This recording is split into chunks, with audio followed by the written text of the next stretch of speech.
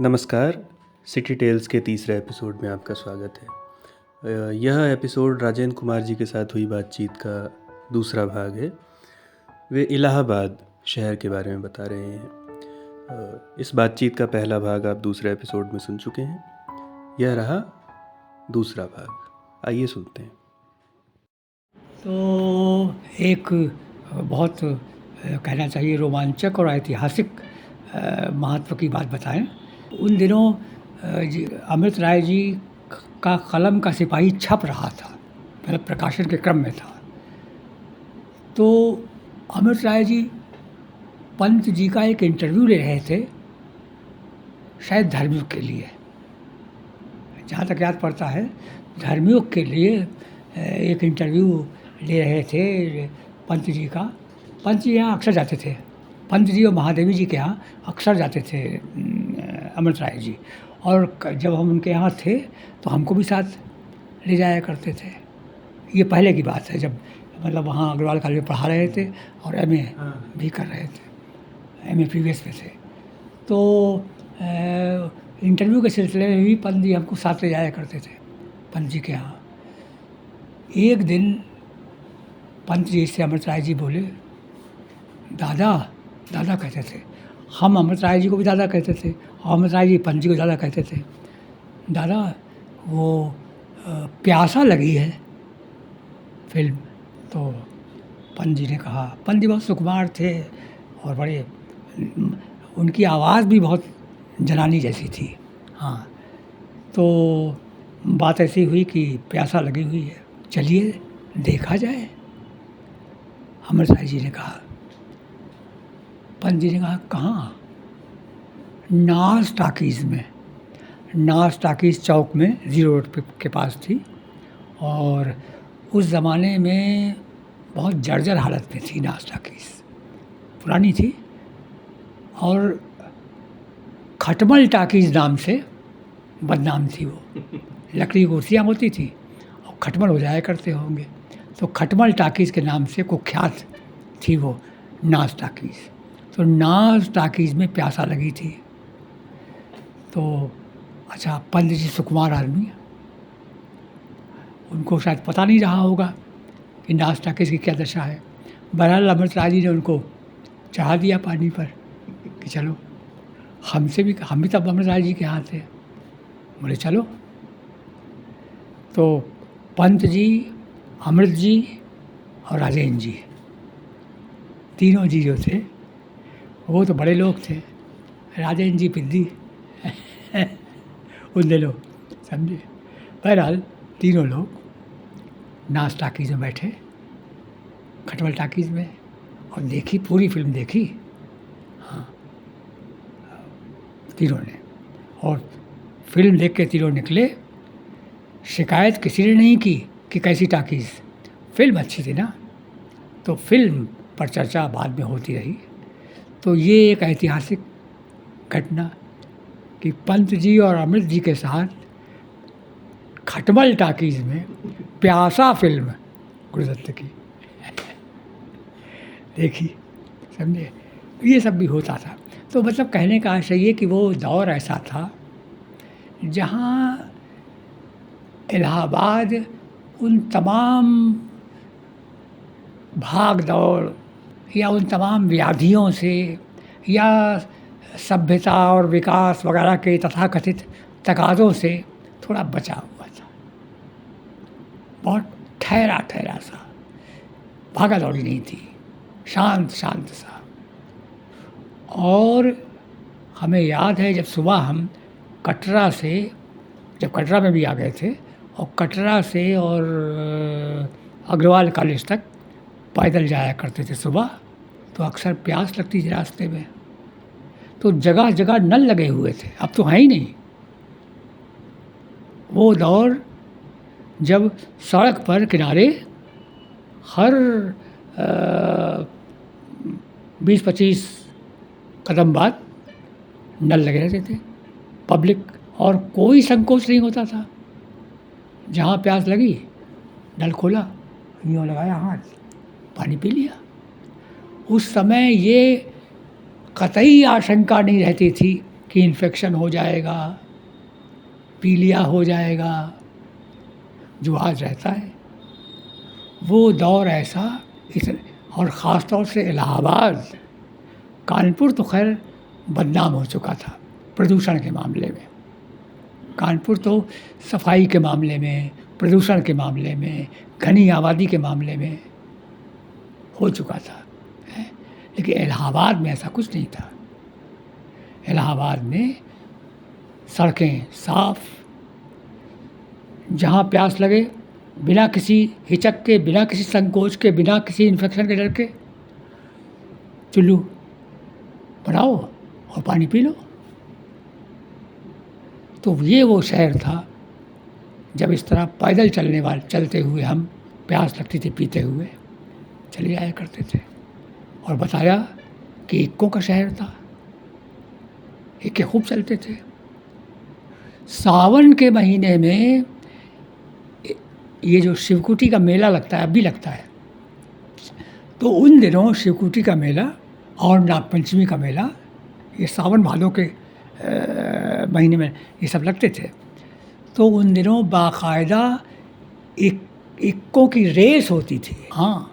और उन इक्कों पर बाकायदा मतलब ऐसे लोग जो थोड़ा पहलवान टाइप होते थे, शाम के टाइम बढ़िया चिकन का कुर्ता पहन करके और धोती पहन करके और इत्र वित्र लगा करके बैठते थे और उस रेस में शामिल होते थे।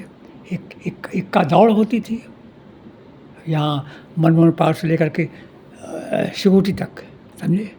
ये सब भी इक्कों की रेस होती देखी हमने यहाँ पर, समझे। अब तो खैर इक्के तो चलते नहीं। और शाम के टाइम, अच्छा कटरा बहुत शांत था। आज तो चलना मुश्किल होता है, इस समय जाओ तो चलना मुश्किल होगा।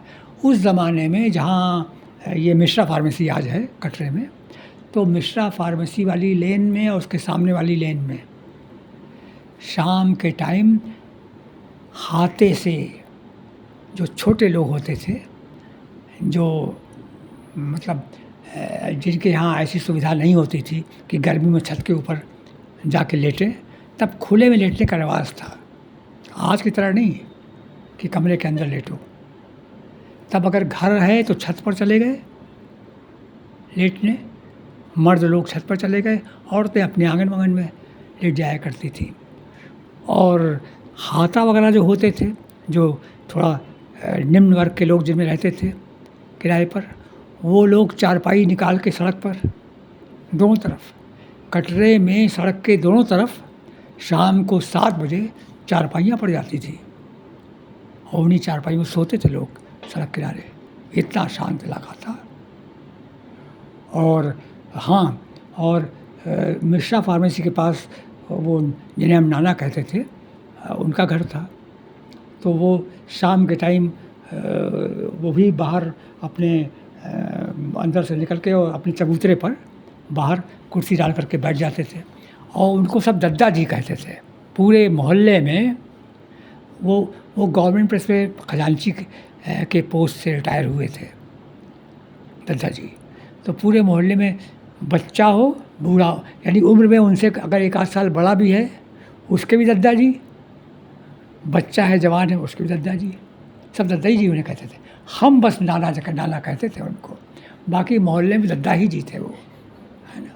तो उन दद्दा जी कुर्सी बैठ जाया करते थे और फिर उनके चारों तरफ उधर से आया एक कोई, इधर से कोई आया, इधर से कोई आया और चबूतरे पर वहीं बैठ गया और दुनिया जहान की बातें, कभी राजनीति की बातें हो रही हैं, कभी किस्से कहानी हो रहे हैं, कभी धर्म कर्म की बातें हो रही हैं।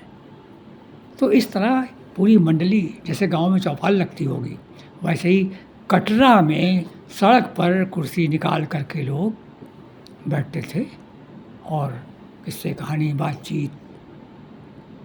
यानी बाद में तो हम लोग काफ़ी हाउस जाने लगे, लेकिन उन छोटों का वही अड्डा था, उस मोहल्ले के सामान्य आदमी का अड्डा वही था, दद्दा जी का घर, दद्दा जी के बाहर चबूतरा जो था।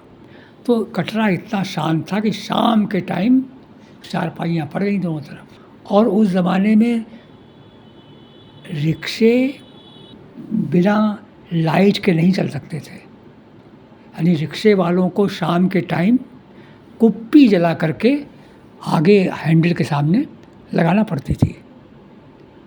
न लगाएं तो चालान हो जाया करता था। शाम के टाइम जैसे आजकल तो वो कारोबार में फ्लैश लाइट वगैरह होती है, तो रिक्शे में कहाँ होती है। तो अच्छा, और रिक्शे तब किराए पर, आज भी किराए पर लोग लेते हैं। अब तो खैर बंद भी हो गए रिक्शे, वो उस तरह का, तो ऑटो चल गए। उस ज़माने में ऑटो था नहीं, तो ये इंसान ही रिक्शा खींचता था और किराए पर लोग, एक मालिक होता था जिसके पास रिक्शे, कई 4-5 रिक्शे होते थे, और वो मालिक उन किराए पर रिक्शे उठाता था और वो किराए पर दिन भर चलाते थे। 2 पाली में, सवेरे से लेकर 4 बजे तक, और फिर शाम की पाली में 4 बजे से लेकर के 12 बजे तक। 2 पाली में रिक्शे किराए पर उठते थे। तो किराए पर रिक्शे लोग ले आते थे, कमाई करते थे, जो अपना हिस्सा वो अपने पास रख लिया, जो मालिक का किराया वो उसको दे दिया। तो इस तरह, लेकिन रिक्शों में कुप्पी जलाना बहुत ज़रूरी थी। तो शाम के टाइम, जैसे गांव में, यहाँ तो खैर इलेक्ट्रिसिटी आ गई थी, बिजली तो आ गई थी शहर में। हम जब आए इलाहाबाद तो बिजली, रोड लाइट खूब थी, कोई दिक्कत, दुकानों पर बिजली थी, घरों में बिजली थी। लेकिन रिक्शों में वही मिट्टी के तेल की, केरोसिन ऑयल की कुप्पियाँ होती थी, और उनको डिबरी में लगा करके ठीक से शीशा लगा करके और आगे हैंडल पर लगाना होता था। तो हम देखते थे कि सड़क पे इस पार हम बैठे हैं दद्दा जी की मंडली में, और उधर रिक्शे वाला किराए पर रिक्शा लेकर के शाम के टाइम कुप्पी का इंतजाम कर रहा है लगाने के लिए। ये सब अब कहाँ देखने को मिलेगा, ये सब, समझे। तो इस तरह के दृश्य थे उस समय के कटरा में। अच्छा, ये चेंज हुआ मेरा ख़्याल है इमरजेंसी के बाद। इमरजेंसी 75 में इमरजेंसी लग गई। इमरजेंसी में भी हम कटरा में ही थे, समझे। और तब एक गली थी, पीपल वाली गली, तो पीपल वाली गली में हम रहते थे, तिमंजिले पर। तो उन दिनों हाल ये था, हाँ, ज़रा भी कहीं कोई किसी व्यक्ति पर अंदेशा हो जाए कि ये कांग्रेस विरोधी है, इंदिरा विरोधी है,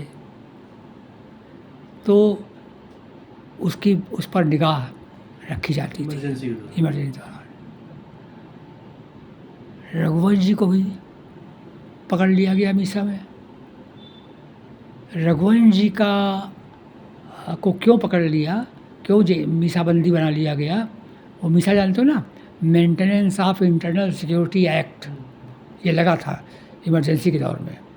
आंतरिक सुरक्षा अधिनियम, यानी सुरक्षा को खतरा है देश की, अगर ज़रा भी कोई विरोध बोले तो देश की सुरक्षा को खतरा है, आपातकाल लागू कर दिया गया था। तो रघुवंश जी को भी जेल में डाल दिया गया, जबकि तुमने रघुवंश जी को देखा तो होगा नहीं। रघुवंश जी के हाथ ऐसे थे, बचपन में ही शायद उनको लकवा या पोलियो का असर हो, जो भी रहा हो, मतलब बचपन से ही उनके दोनों हाथ थे वो ऐसे थे। वो हाथ से लिख नहीं पैर से लिखते थे, हाथ में कलम पकड़ करके और पैर के सहारे से बैठ के वो लिखते थे।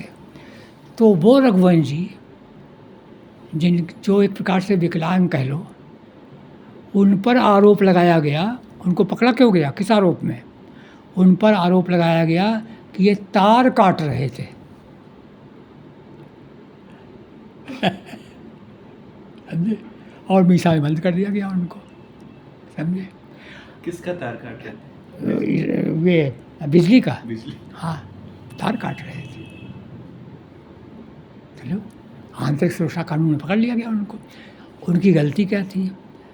जयप्रकाश नारायण, वो असल में लोहियावादी थे, समाजवादी। रघुवंश जी विचारधारात्मक स्तर पर, अच्छा, उन दिनों परिमल संस्था थी ना, इलाहाबाद में परिमल नाम की एक संस्था कायम हुई थी। हालांकि 70 में उसका आखिरी अधिवेशन हुआ था, 25 साल जस्ट हुआ था उसका सिल्वर जुबली, और वही आखिरी था। उसके बाद तो तितर बितर हो गया फिर वो। तो सिल्वर जुबली कार्यक्रम 70 में हुआ था परिमल का, ये सब लोग परिमल में ही थे। और सिल्वर जुबली वाले कार्यक्रम में बहुत से लोग, श्रीकांत वर्मा और यहाँ के लोग तो थे ही, यहाँ की तो पूरी यूनिवर्सिटी, रामस्वरूप जी, रघुवंश जी, जगदीश जी हैं, ये सब लोग परिमल में थे। लक्ष्मीकांत वर्मा, केशव चंद्र वर्मा, विजय देवनारायण शाही, ये सब परिमल में थे। और प्रगतिशीलों में थे मार्कंडेय, ये भैरव प्रसाद गुप्त, शेखर जोशी, अमरकांत, ये सब लोग प्रगतिशील खेमे में थे। तो इनमें लाग डांट भी रहती थी आपस में, लेकिन मिलना जुलना भी होता था, विचारधारात्मक स्तर पर मतभेद, लेकिन ऐसा कुछ नाता भी बनता था कि ये नहीं था कि उनके यहाँ हम नहीं जाएंगे, उनके यहाँ हम नहीं जाएंगे, आना जाना रहता था, संबंध रहते थे। तो वो ज़माना था। तो उस ज़माने में ये जो इलाहाबाद था, इसका साहित्यिक महत्व भी था। भाई साहित्य का तो केंद्र था ना। नई कविता आंदोलन यहीं पर हुआ, हालांकि तो हम इलाहाबाद नहीं थे। नई कविता आंदोलन यहीं से शुरू हुआ, परिमल के लोग यहीं थे, है ना। और लेखक सम्मेलन बहुत बड़ा हुआ था सन 55 में, यहीं पर हुआ था, समझे।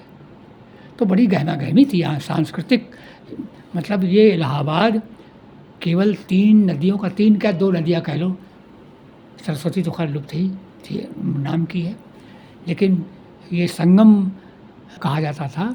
लेकिन ये संगम केवल नदियों का ही संगम नहीं था, कई मानों में ये संगम शब्द इलाहाबाद के साथ कई रूपों में चरितार्थ होता था।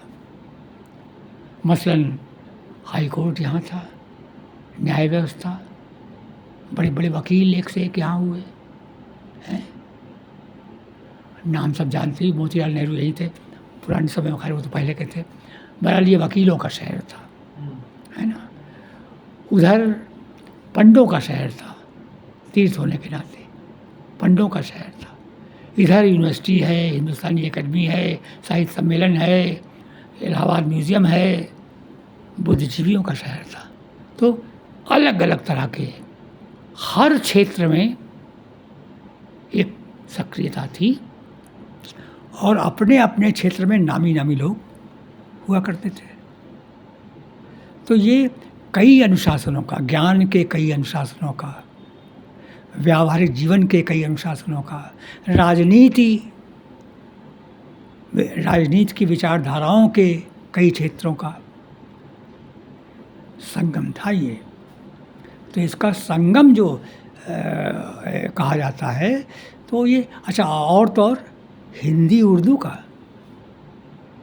फारूकी साहब थे, शाम हुसैन है, शाम हुसैन साहब थे, जिनकी मेहरबानी हमारे ऊपर ना होती तो हमारा पता नहीं क्या होते हैं। तो शाम साहब, फिराक साहब, हाँ फिराक साहब, यानी हिंदी उर्दू डिपार्टमेंट भी बड़ा भव्य था, बहुत नामी नामी लोग थे, दोनों अगल बगल है, अगल बगल थे। हाँ, तो कहने का आशय है कि सांस्कृतिक दृष्टि से, राजनीतिक दृष्टि से, धार्मिक दृष्टि से, कई दृष्टियों से ये जो हमारा शहर था इलाहाबाद, वो बहुत ही प्यारा शहर था और मन रमता था यहाँ। कानपुर में तो हम कल्पना पत्रिका पढ़ा करते थे, उन दिनों एक बहुत मशहूर पत्रिका कल्पना हैदराबाद से निकलती थी। तो कल्पना पत्रिका में बहुत से नाम जो होते थे लेखकों के, वो इलाहाबाद के होते थे।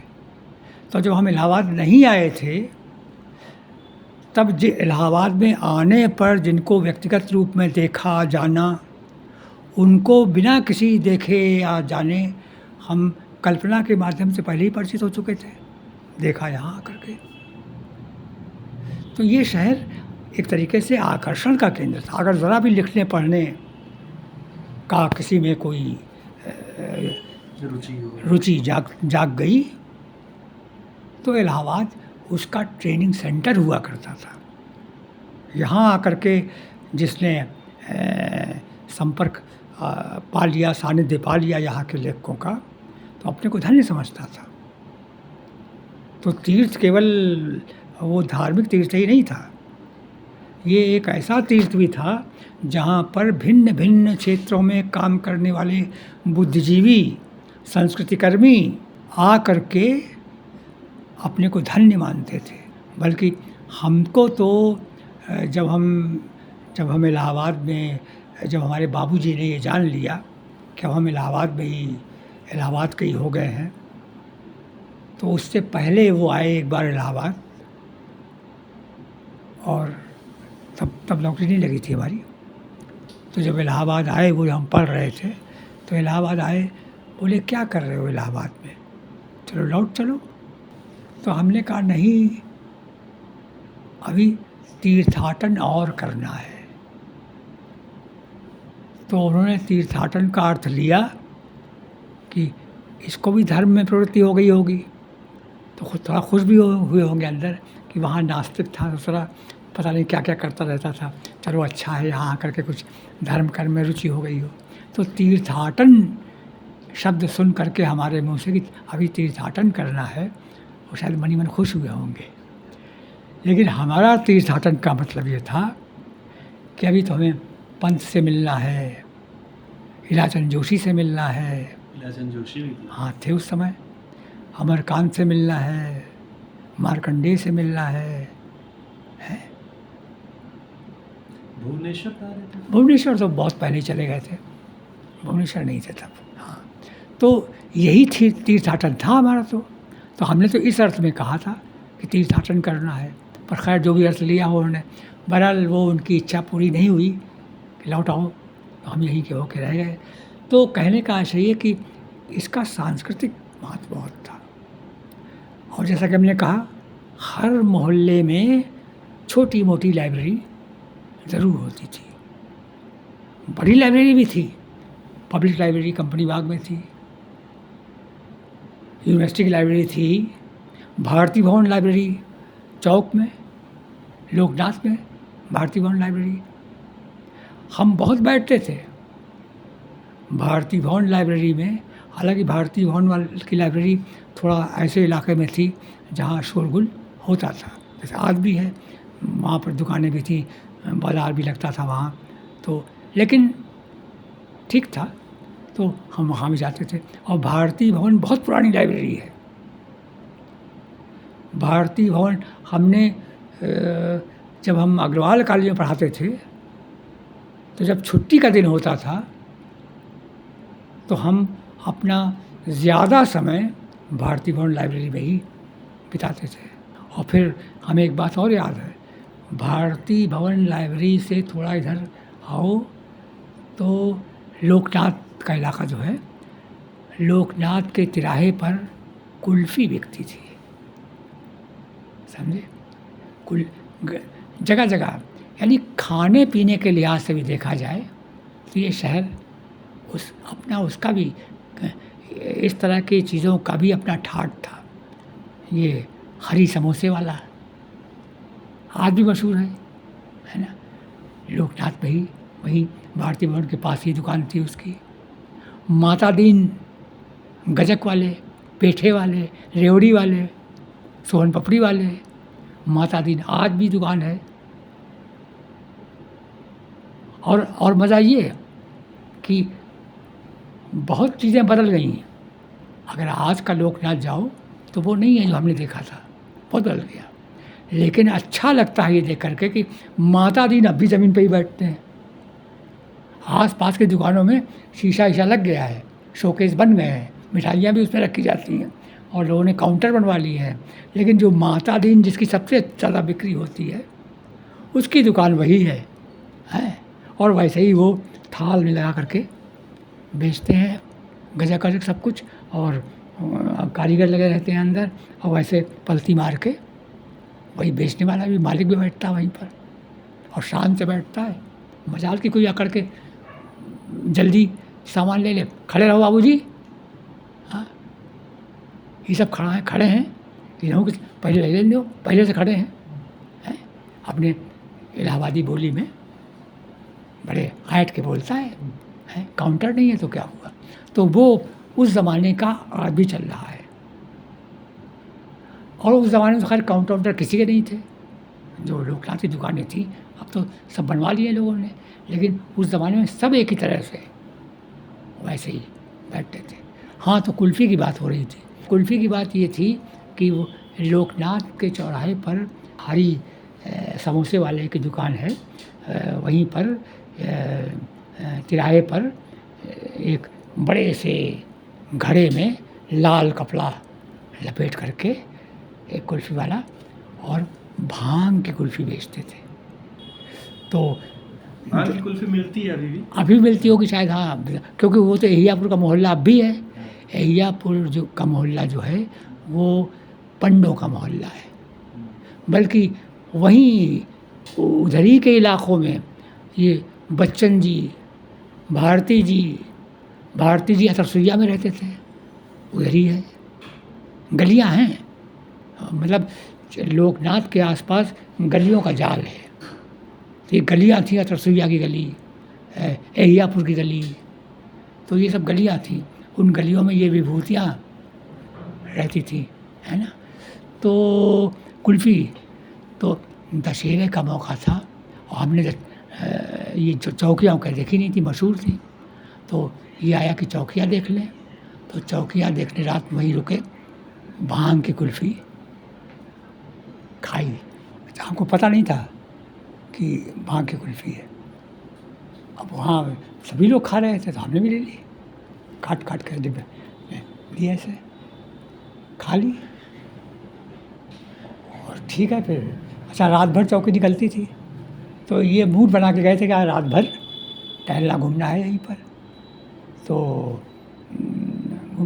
चौकी निकलने का क्या? चौकी मतलब वो सजा करके जो रामलीला के पात्र होते हैं, अच्छा।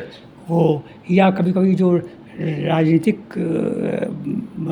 सामयिक राजनीति होती है, कोई नेता कहीं जवाहरलाल बना दिए किसी को, हैं, या कोई इंदिरा गांधी बना दी, इस तरह की। तो चौकियाँ मतलब जो ज़माने के राजनीतिक गतिविधियाँ होती हैं उनको लेकर के, धार्मिक, इस तरह की चीज़ें, सामाजिक, वो अब भी निकलती हैं? अब भी निकलती, हाँ। तो रात भर निकलती थी, रुक करके 2-3 चौकियाँ निकलेंगी, फिर सन्नाटा, फिर थोड़ी देर बाद तो लोग हुजूम लगा, रात भर हुजूम रहता था। तो सोचा कि आज आइए रात भर घूमा जाए। तो रात भर घूमने के चक्कर में चले गए थे, लेकिन कुल्फ़ी खा ली। अब कुल्फ़ी खा ली तो थोड़ी देर तो कुछ नहीं हुआ, बने रहे, टहलते रहे। थोड़ी देर बाद मालूम पड़ा यार पैर कुछ, अब चलना है इधर और जा रहे हैं किधर पता ही नहीं है। अब इतना एहसास था कि यार कुछ मामला गड़बड़ है, जिधर चल रहे हैं सही है कि नहीं, लेकिन अब कोई बस ही नहीं था। तो बहरहाल किसी प्रकार संभलते बैठते इधर उधर, बहरहाल रात भर देखा। और फिर वहीं एक पटरा था दुकान का सामने का, तो वहीं अच्छा सवेरे तक निकलती थी चौकियाँ, रुक के निकलती थी ना, तो कोई किसी ने रोका भी नहीं। मतलब अगर वैसे आम दिन होते तो शायद कहीं लेटते, कोई टोकता भी, वही यहाँ क्यों लेटे हो। लेकिन चौकी का दिन था, दशहरे के दिन थे, तो रात भर भीड़ भाड़ रहती ही है। तो वहीं एक जगह देखा खाली है, पटरा खाली है, लेट गए उसी पर। जब नहीं चलने काबिल रह गए तो लेट गए उसी पर। सवेरे आँख खुली, उठे, किसी प्रकार घर पहुँचे। तो ये सब था, मतलब। अच्छा, अब जो इमरजेंसी की बात थी, तो इमरजेंसी में हम पीपल वाली गली में थे और सन्नाटा, शाम को जल्दी हुआ, दुकानें जल्दी बंद हो जाया करती थी। दुकानों का टाइम सेट था कि 7 बजे तक दुकानें बंद हो जाएंगी, दुकानें सब बंद, और कहीं कोई भीड़, भाषण भूषण, कहीं कुछ नहीं। तो इमरजेंसी के कारण भी सन्नाटा, और सन्नाटा 2 तरह का था। एक सन्नाटा तो ये कि मतलब सब ममानियत थी, रोक थी कि इतने बजे के बाद दुकान नहीं खुलेंगी, इतने बजे के बाद लोग घरों में ज़्यादातर रहेंगे, 5-7 लोगों से ज़्यादा इकट्ठे नहीं होंगे एक जगह, ये सब पाबंदियाँ थी। तो एक तो सन्नाटा इस लिहाज से, और दूसरा सन्नाटा ये कि कहीं भी रेडियो सुनो तो उस पर खबरें भी सेंसर होके आ रही हैं, कुछ मालूम ही नहीं पड़ता था क्या असल क्या गलत। तो सेंसरशिप ऐसा था। पत्रिकाएं जो आती थीं, धर्मयुग, हिंदुस्तान, सारिका वगैरह, उसमें पढ़ने के पन्ने पुते होते थे। अगर कोई चीज़ भी सेंसर में पास नहीं की गई तो उस पर मशीन चला दी जाती थी कि उस काला हो जाए वो। हमारी एक कविता छपी, बारिश से पहले का अंधेरा, जो हमारा पहला संग्रह है ऋण गुणा ऋण, उसमें इमरजेंसी के दौर की कविताएं हैं। सन 78 में आया वो, छपा इमरजेंसी के बाद, लेकिन कविताएं उसमें इमरजेंसी के दौर की हैं ज़्यादातर। और शीर्षक से मालूम पड़ता है, नकाबपोश, बारिश से पहले का अंधेरा, आहत नाद, ये कविताओं के शीर्षक है, उन्होंने लिखे आए थे। उस ज़माने में जो सन्नाटे की बात है कि कहीं कोई विरोध की आवाज़ नहीं थी, तो संजय गांधी का जलवा था, है ना।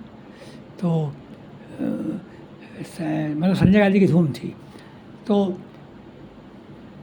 संजय गांधी का कोई कार्यक्रम शायद था, तो उसमें कोई आयोजन था, तो हम उत्सुकता थी कि भाई देखें क्या है। तो उसमें हम भी थोड़ा ताक झांक करने पहुंच गए थे। तो उसमें भी जैसे आम तौर से जुलूस और भाषण वगैरह होते हैं उस तरह नहीं। तो एक गज़ल लिखी थी, इस कदर खामोशियाँ कोई सदा आने को है, इस कदर खामोशियाँ कोई सदा आने को है, थम गई हैं आंधियाँ कोई हवा आने को है, चौराहे पर भीड़ है इंसान दिखता ही नहीं, चौराहे पर भीड़ है इंसान दिखता ही नहीं, लगता है फिर कोई उनका रहनुमा आने को है। इस तरह पूरी गज़ल लिखी थी, जो बाद में इमरजेंसी हटने के बाद साप्ताहिक हिंदुस्तान में मनोहर श्याम जोशी ने छापी थी। तो इस तरह की रचनाएँ बहुत संभल के, और अगर ज़रा भी उसमें कुछ निकल आया तो बोल दिया जाता था। तो हमारी रचनाएँ भी कई ऐसी ही, बीच बीच में कई लाइनें ऐसी होती थी जिन पर काला वो फेर दिया जाता था, मशीन से ही फेर दिया जाता था। तो ये पत्रिकाओं का हाल था उस समय इलाहाबाद में। तो ये माहौल था, मतलब, और वो तो घोषित आपातकाल था। आज तो अघोषित है ना, आज भी कहाँ विरोध में बोल पा रहा है कोई, लेकिन ये अघोषित है। उस ज़माने में विनोबा भावे ने आपातकाल को नाम दिया था अनुशासन पर्व। जैसे आज की इमरजेंसी को, आज के अघोषित आपातकाल को कहा जा रहा है अमृतकाल। सुंदर सुंदर नाम, यानी दमन को भी सुंदर सुंदर नाम। आज ये दमन भी चल रहा है और उधर अमृतकाल भी चल रहा है, नाम है अमृतकाल। ऐसे ही वो घोषित आपातकाल था, लेकिन नाम था अनुशासन पर्व। और विनोबा जी को सरकारी संत कहा जाता था, क्योंकि उन्होंने ही नाम दिया था अनुशासन पर्व का, विनोबा जी ने। तो सरकारी संत है ये, है ना। तो वो माहौल था इलाहाबाद का। तो इमरजेंसी में बहुत और बहुत से लोग, रघुवंश जी एक नाटक लेखक हुआ करते थे, रंगकर्मी हुआ करते थे। सत्यव्रत वर्मा, सत्यव्रत सिन्हा हुआ करते थे। सत्यव्रत सिन्हा भी जेल में गए थे, बल्कि सत्यव्रत सिन्हा तो जेल से छूटे और ऐसे बीमार पड़े जेल से ही कि मृत्यु भी उनकी हो गई थी।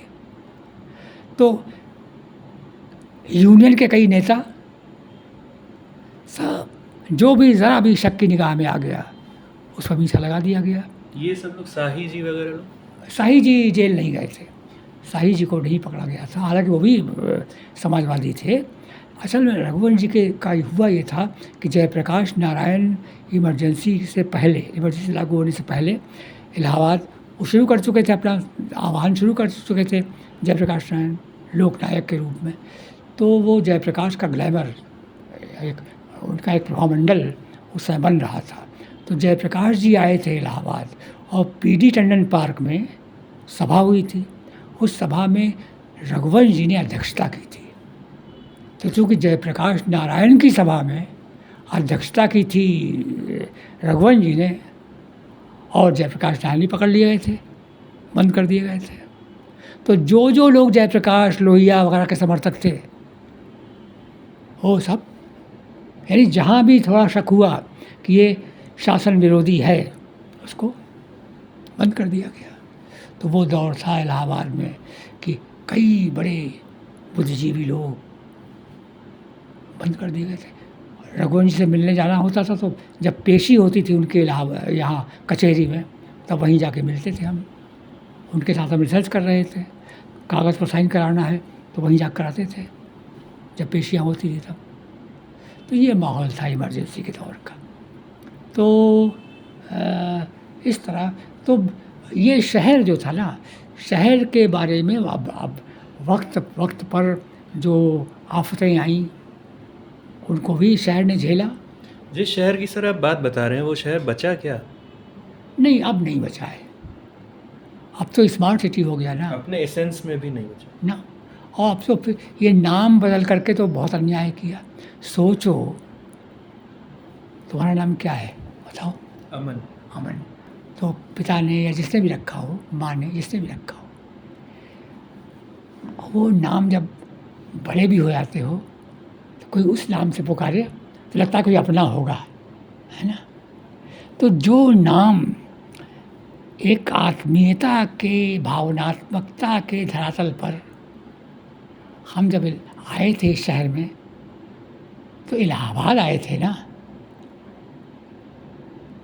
अब वो नाम भी छिन गया। तो इलाहाबाद का प्रयाग हो जाना, प्रयागराज हो जा, प्रयाग तो पहले भी कहते थे लेकिन, और इलाहाबाद को भी प्रयाग कहते थे। सामान्य आदमी तीर्थ यात्रा जो करने आता था वो प्रयाग जा रहे हैं ऐसे ही कहता था। बल्कि प्रयाग स्टेशन भी ये था यहाँ पर, जो अभी यहाँ है ना, था, अब भी है। तो प्रयाग नाम चलता था लेकिन प्रयागराज कर दिया गया। तो हम तो इलाहाबाद आए थे ना, और एक भावनात्मक, इस इलाहाबाद ने हमको अपना बनाया, अपनाया, और ऐसा अपनाया बनाया कि हम कानपुरी से इलाहाबादी हो गए। अब प्रयागराज नाम हो गया तो धक्का लगता है। तो कहने का आशय कि इस इलाहाबाद से एक भावनात्मक रिश्ता बन जाता था। हालांकि इस इलाहाबाद शहर की विडंबना भी है। विडंबना ये है कि इस इलाहाबाद में जिन्होंने जन्म लिया, जिन लेखकों ने, जिन बुद्धिजीवियों ने, जिन साहित्यकारों ने इलाहाबाद में जन्म लिया, यहीं पढ़े, पढ़ाया भी किसी किसी ने यहीं, वो यहाँ से बाहर चले गए। माने इस शहर ने जिनको पाला पोसा, इस शहर ने जिसको अपनी गोद में रख कर के पढ़ाया लिखाया, वो इलाहाबाद को अपना कर्म क्षेत्र स्थायी तौर पर नहीं बना सके। बाहर गए, बच्चन जी यहीं रहे, बाहर चले गए, दिल्ली के हो गए। भारती जी यहीं रहे, मुंबई के हो गए। कनियाला लंदन यहीं पढ़े, वो भी दिल्ली बम्बई के हो गए। दुष्यंत कुमार, मार्कंडेय, कमलेश्वर सहपाठी थे, यहीं पढ़े। तो इस शहर में एक नाटकीयता है। इस शहर ने जिनकी परवरिश की, जिनका श्रेष्ठतम लेखन भी यहीं हुआ। भाई भारती का सारा ज़्यादातर लिखा पढ़ा जो है वो इलाहाबाद का ही है। अंदाजुक, कनुप्रिया, है ना, या बंद अली का आखिरी मकान, गुल की बन्नो, कहानी हो, चाहे नाटक हो, चाहे कविता हो, चाहे गीत हो, सब ज़्यादातर यहीं। लेकिन फिर चले गए, मुंबई के हो गए। तो इलाहाबाद में जिसने प्रवेश पाई उसे इलाहाबाद से बाहर जाना पड़ा, उसे ख्याति मिली बाहर जा कर के। और जो बाहर के लोग थे वो यहाँ आए तो यहीं के होकर रह गए। एक तो खुद मैं तो इलाहाबाद में नहीं पैदा हुआ ना, मैं बाहर का हूँ। तो राजेंद्र कुमार कानपुर के थे, इलाहाबाद के हो गए। पंत जी कौसानी के थे, पहाड़ के थे, इलाहाबाद के हो गए। निराला जी उन्नाव के थे, फिर गढ़ाकोला के, और फिर बंगाल के हुए, और फिर इलाहाबाद के हो गए। हीराचंद जोशी पहाड़ के थे, इलाहाबाद के हो गए। तो ये अजीब अजीब नाटकीय प्रवृत्ति है इलाहाबाद की, इलाहाबाद शहर की, कि यहाँ के लोग यहाँ से कई बार ऐसे गए कि फिर लौट के नहीं आए। बच्चन, भारती, कमलेश्वर, दुष्यंत, इस तरह के लोग। लेकिन जो बाहर के थे वो यहाँ ऐसे आए कि इलाहाबाद ने फिर उनको छोड़ा ही नहीं, अब नहीं आना मान लिया। पंत, निराला, महादेवी, राम कुमार वर्मा, हीराचंद जोशी, अमरकांत बलिया के थे। सर्वेश्वर जी भी रहे हैं? हाँ, सर्वेश्वर जी भी यहीं पर। बल्कि वो दौर, ये भी सोचो, वो दौर ऐसा था कि सर्वेश्वर ये जो श्रीलाल शुक्ल का पहला उपन्यास घाटी का सूरज नाम का जो है, वो केशव चंद्र वर्मा ने बंद कर दिया। श्रीलाल शुक्ल, जबकि वो अच्छा उपन्यास है। नहीं, बंद किसको कर दिया? श्रीलाल शुक्ल इलाहाबाद आते थे, केशव वर्मा के यहाँ रहते थे। केशव जी उनके मित्र थे, केशव जी के यहाँ रहते थे। केशव जी ने एक बार, सूनी घाटी का सूरज, हाँ, सूनी घाटी का सूरज। तो केशव जी ने एक बार श्रीलाल शुक्ल आए, सुनो, तुमको 1 महीने में यहीं रहकर लिखना है, एक कमरा यहीं पर, यहीं चाय पहुंचा दी जाएगी, यहीं खाना पहुंचा दिया जाएगा, जब तक लिखोगे नहीं छोड़ा नहीं जाएगा। बंद करके सूनी घाटी का सूरज यहीं लिखवाया। तो ये दीवानापन लेखन के प्रति, तो एक बड़ा याराना इस शहर ने वो जो जो दोस्ती और याराने का जो तस्वुर होता है उसको बड़े प्यार से संभाला इस शहर ने। लड़ो भी आपस में, बहस भी करो आपस में, लेकिन फिर दोस्ती भी। इसी शहर में पंत ने जब लोकायतन, इस शहर में गोष्ठियाँ होती थी, परिमल की तो खैर होती थी, एक विवेचना नाम की संस्था थी, विवेचना की गोष्ठियाँ होती थी, और फिर उन गोष्ठियों में जो पढ़ा जाता था उसको एक लिपिबद्ध भी किया जाता था, वो पत्रिका के रूप में भी निकलता था। वो थे बालकृष्ण राव, साउथ इंडियन थे बालकृष्ण राव। उनके पिता चिंतामणि, सीवाई चिंतामणि, वो अंग्रेज़ी अखबार के संपादक थे, सीवाई चिंतामणि। तो उनके लड़के बालकृष्ण राव, और बालकृष्ण राव IAS हो गए थे, लेकिन कविता लिखते थे, साहित्यकार थे, नई कविता के दौर के। तो बालकृष्ण राव और उनकी पत्नी उमा राव, अच्छा, उस ज़माने में लेखकों की पत्नियां भी बड़ा साथ देती थी। तो उमा राव और बालकृष्ण राव, इनके संयोजन में विवेचना की गोष्ठियाँ होती थी। विवेचना की एक गोष्ठी में पंत जी ने अपना लोकायतन का एक अंश पढ़ा, और फिर उसका बहस हुई, रचना पढ़ी जाती थी, फिर चर्चा होती थी। तो लोकायतन का एक अंश पंत जी ने पढ़ा और चर्चा शुरू हुई। शाही जी वहाँ मौजूद थे। जब शाही जी से कहा गया उस पर बोलने के लिए, तो शाही जी ने कहा, उन्होंने मतलब बोलने से इनकार कर दिया शाही जी ने। तो किसी ने कहा नहीं नहीं कुछ तो बोलिए। तो शाही जी ने कहा कि पढ़ा ही नहीं है। तो पंत जी को थोड़ा सा अटपटा लगा, भाई पंत जी प्रतिष्ठित थे, शाही थोड़ा उम्र में कम थे। तो पंत जी को बड़ा जैसे अपने लिए अपमानजनक लगा कि पढ़ा ही नहीं है। तो उन्होंने कुछ कह दिया कि पढ़ लीजिएगा। शाही ने साफ साफ, मैंने लोकायतन न पढ़ा है न पढ़ूंगा। यानी उनका कहना था कि लोकायतन कोई महत्वपूर्ण रचना नहीं है। पंत जी ये कहना चाहते थे, वो कहें कैसे। तो जब जोर डाला गया कहो कुछ, तब उन्होंने कहा न पढ़ा है न पढ़ूंगा। तो ये साहस भी था कि बड़ा लेखक हो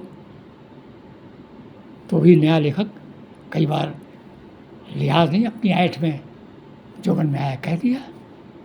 तो ये एक साहित्यिक स्वाभिमान भी था। नए से नए लेखक में एक स्वाभिमान भी होता था। तो ये स्वाभिमान की रक्षा करते हुए, बड़े और छोटे के बीच के भेद को भूलते हुए, है ना, आदर अपनी जगह है, बड़े का आदर अपनी जगह है, लेकिन रचना के बारे में राय देने का अधिकार तो हमको, स्वतंत्र हैं हम। बड़ा है तो क्या हुआ, राय वही देंगे जो उचित लगती है हमको, चाहे प्रतिकूल हो चाहे अनुकूल। तो ये साहस, ये स्वाभिमान, ये आत्मगौरव, ये आत्मविश्वास उस ज़माने में लेखकों में था। उसके बल पर ये शहर साहित्यिक शहर बना था। और उस ज़माने में बड़े से बड़े साहित्यकार, स्कूटर भी नहीं आया था, साइकिल से चलते थे। हालांकि जब हम इलाहाबाद आए तो स्कूटर आ चुका था, लेकिन न यूनिवर्सिटी में और न यूनिवर्सिटी के बाहर। जो यूनिवर्सिटी में टीचर भी होते थे वो भी साइकिल से ही जाते थे। लक्ष्मीकांत वर्मा जब कभी किसी हॉस्टल में जाते थे साइकिल से ही जाते थे। जगदीश जी जो इतने स्थूलकाय थे, उनको साइकिल पर बैठे देखना अजीब दृश्य होता था।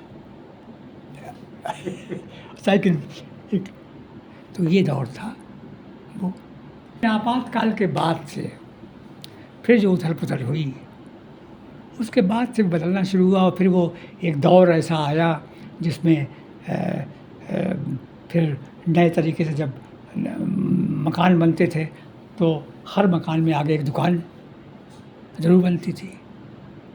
कटरे में जब नए मकान बनने शुरू हुए, जब भी पुराना मकान तोड़ कर नया मकान बनता था तो आगे एक दुकान बन जाती थी। फिर धीरे धीरे लोगों ने देखा कि दुकान से अब भाई रोज़गार भी कम मिलने लगा, तो अब नौकरी नहीं मिल रही है तो क्या करें, दुकान खुलवा दी।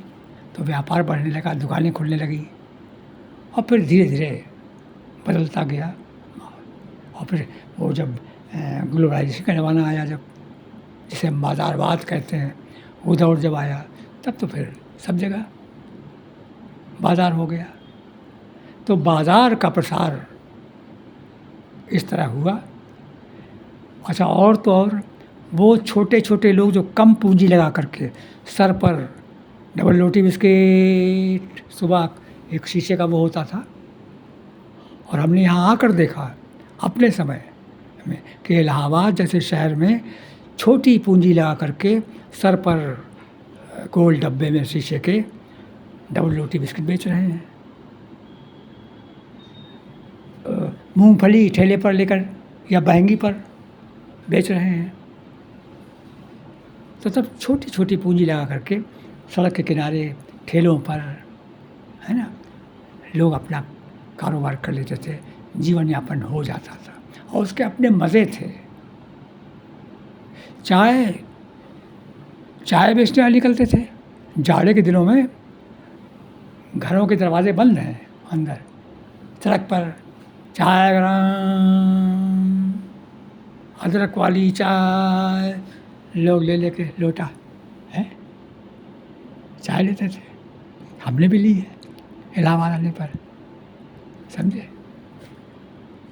तो वो दौर था, यानी तब अपने होने का एहसास होता था। अब हम कहीं खो गए हैं। बल्कि वो उस दौर में ये वही दौर था जब राजेंद्र यादव उखड़े हुए लोग लिख रहे थे। कमलेश्वर समंदर में खोया हुआ आदमी जैसी कृति लिख रहे थे। ये कृतियों के नाम बताते हैं कि कैसे परिवर्तन हो रहा था। जो लोग अपने होने का एहसास अपने शहर में कर लेते थे, वो अब अपने होने का एहसास गुम हो रहा था। भीड़ भाड़ बढ़ रही थी, महानगर जैसा। और तो और तब हर शहर की अपनी एक पहचान अलग होती थी। उस ज़माने में इलाहाबाद की पहचान क्या थी? खपड़ैल के मकान। अभी भी दिखते हैं? अब भी दिखते हैं, लेकिन जिस समय हम आए थे बड़े बड़े बंगले। बस फ़र्क ये होता था कि कहीं कहीं देसी खपड़ैल होते थे, ज़्यादा संपन्न होते थे, तो वो जो विदेशी यूरोपियन टाइल्स होते थे वो लगे होते थे। और ये खपड़े वो कुम्हार के आज बनते थे ज़्यादातर वो कपड़े। और प्रायः हर घर में पक्के से पक्का घर हो, अगर 2 मंजिला घर भी है तो कोई न कोई एक हिस्सा ज़रूर खपड़ैल का होता था। इससे पहचान होती थी, ये इलाहाबाद है। खपड़ैल की सरकारी बिल्डिंगें खपड़ैल की थी, अब भी पुरानी कुछ बची हुई है, देख लो। बंगले थे तो बड़े बड़े थे, मतलब बल्कि इतने बड़े बड़े बंगले, सड़क पर बाहर जाओ लगता था यहाँ रहता कौन होगा, सन्नाटा अंदर। बंगले बड़े थे पर रहने वाले कम थे। या यूँ कह लो कि वो ऐसे एक वर्ग ऐसा था जिसको बाहर निकलने की ज़रूरत नहीं पड़ती थी, नौकर चाकर लगे हुए थे अपना गाड़ी वाड़ी। कार बहुत कम लोगों के पास थी, ट्रैफिक आज की तरह नहीं था जैसे आज हो गया है। तो ये आज तो सब भागे जा रहे हैं, पता नहीं कहाँ भागे जा रहे हैं, दौड़े जा रहे हैं, अपने आप से भागे जा रहे हैं। और पता ही नहीं कि अपने आप से हम भाग रहे हैं, लग रहा है हम कुछ पा रहे हैं। तो ये भागा दौड़ी कहाँ पहुँचेंगे, क्या होगा, कुछ नहीं, भागते चले, बस दौड़ में शामिल हो जाना है। तो आज सारे शहर दौड़ में शामिल हैं। सारे शहर, बाज़ार एक सा है, अब तो पहनावा भी एक सा हो गया। उस ज़माने में बहुत से लोग, पुराने लोग, धोती कुर्ता वाले दिखते थे, अब तो बहुत कम दिखते हैं। तो वो शहर था जहाँ लगता था कि हर शहर का की अपनी एक पहचान, अपना एक मिजाज, आदमियों की ही नहीं, शहरों की भी शख्सियत होती थी, व्यक्तित्व होता था, अपनी अलग। ये अच्छा, ये इलाहाबाद है। अब तो हर शहर एक सा।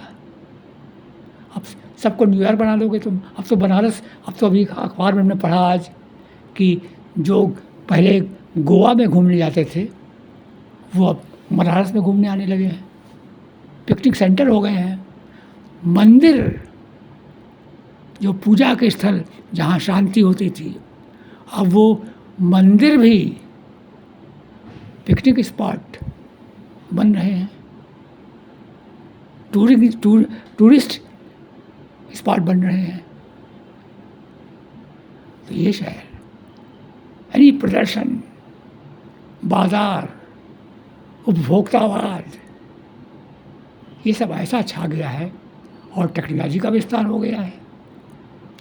अब तो जैसे हमने बताया था ना, जब हम इलाहाबाद आए थे तो देखते थे उधर वो किराए पर रिक्शा लेने वाला डिबरी जला रहा है। क्या दृश्य होता था।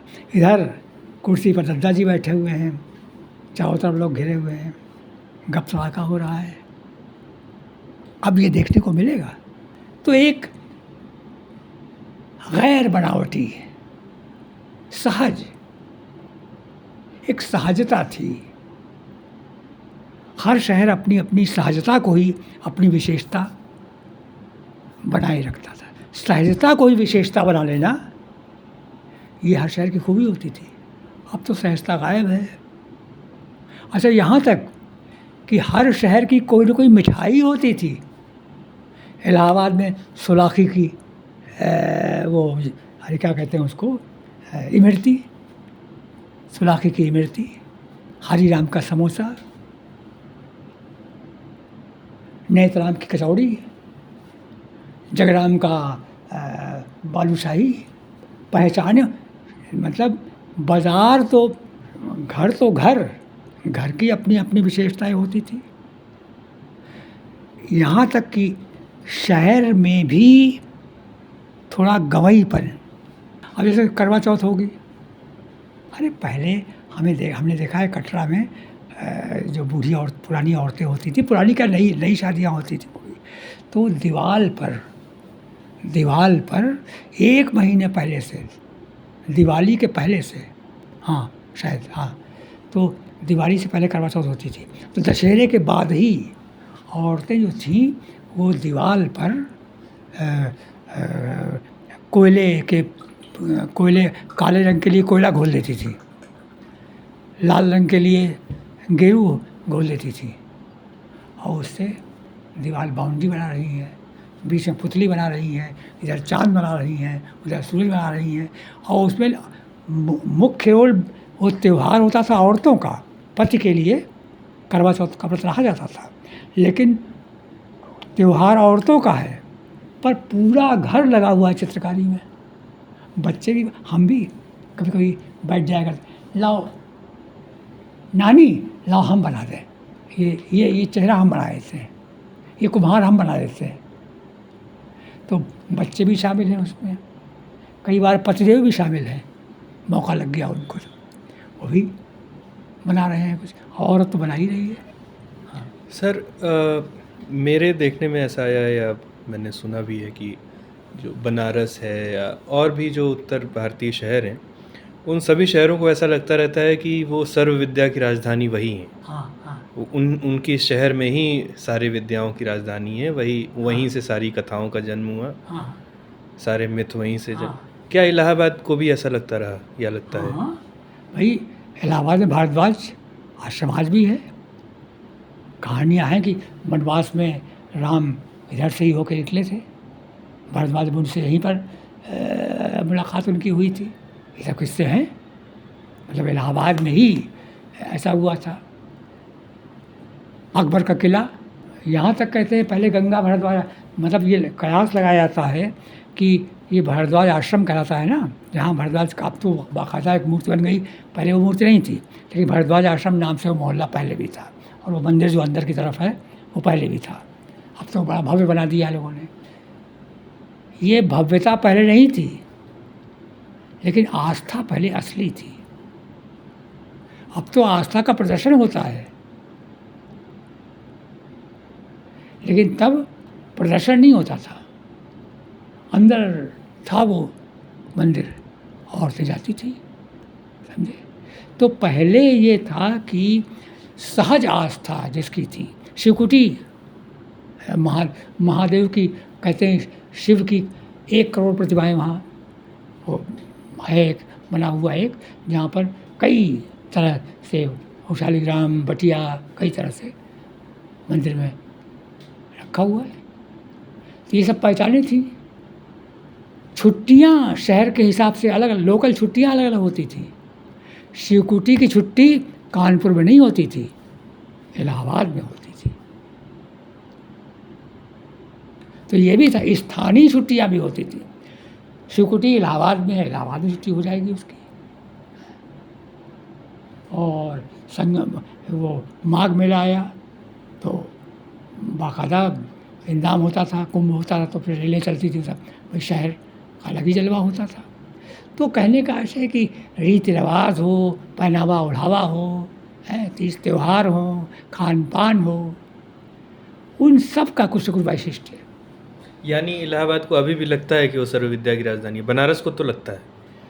अब नहीं, अब दावा तो ऐसा कोई नहीं करता, अब उस तरह के दावे नहीं होते, जान गए लोग। अब भाई देखो कहाँ तक नकली, अब वो जब खो गया है ही नहीं तो क्या दिखाओगे, सब बहुत सा कुछ खो गया, तो अब उस तरह का तो नहीं रहा। हाँ, लेकिन बनारस में भी है। हाँ, बनारस में है। बनारस शिव की नगरी है, त्रिशूल पर टिका हुआ है अब दुनिया के, है ना। तो इलाहाबाद के पंडित जो हैं, नहीं अब भी वो कहते हैं, अब भी वो अपना नक्शा बनाए हुए हैं। लेकिन इलाहाबाद को लेकर के हाँ ये है कि इलाहाबाद में हाई कोर्ट, यूनिवर्सिटी, ऑक्सफोर्ड तो हाँ तो ये नेटिव्स थे, पूरब का ऑक्सफोर्ड। अब भी लोग कभी कभी मुंह से निकल जाता है, लेकिन अब लोग कम कहने लगे हैं, अब नहीं कहते। हाँ अब ले जाते हैं थोड़ा कहने में। हाँ लेकिन एक बात है, अब भी इलाहाबाद का एक नक्शा है, हमने मार्क किया है। जब भी कोई साहित्यकार इलाहाबाद का है, चाहे नए से नया हो, अगर थोड़ा नाम वाम हो गया है, तो जब बाहर जाता है या कोई विद्यार्थी है इलाहाबाद यूनिवर्सिटी का पढ़ा हुआ, इंटरव्यू देने बाहर जाता है, तो जब वो कहता है इलाहाबाद यूनिवर्सिटी में पढ़ा हुआ, तो सामने वालों का थोड़ी आँख उठ जाती है, ऐसा इलाहाबाद के हो।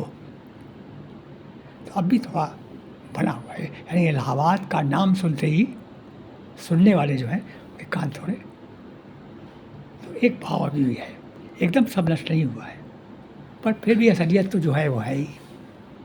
और फिर देश के नक्शे पर है, तो देश का हाल जब बिगड़ जाएगा तो फिर देश के नक्शे पर जो भी है सबका हाल बिगड़ेगा।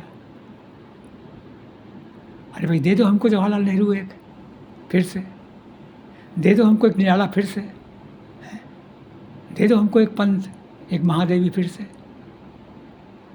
वो कहना है ना मेरे पैरों में घुंघरू बजा दे तो फिर मेरी चाल देख ले, तो भैया दे दो मुझे एक जवाहरलाल, दे दो मुझे एक राम मनोहर लोहिया, दे दो मुझे एक रघुवंश, दे दो मुझे एक लक्ष्मीकांत वर्मा, धर्मी भारती, फिर देखो। तो जब वो हैं तब कैसे वो आशा करते हो? तो भैया वो तो गिरावट हर क्षेत्र में आई है, उसमें भी आई है।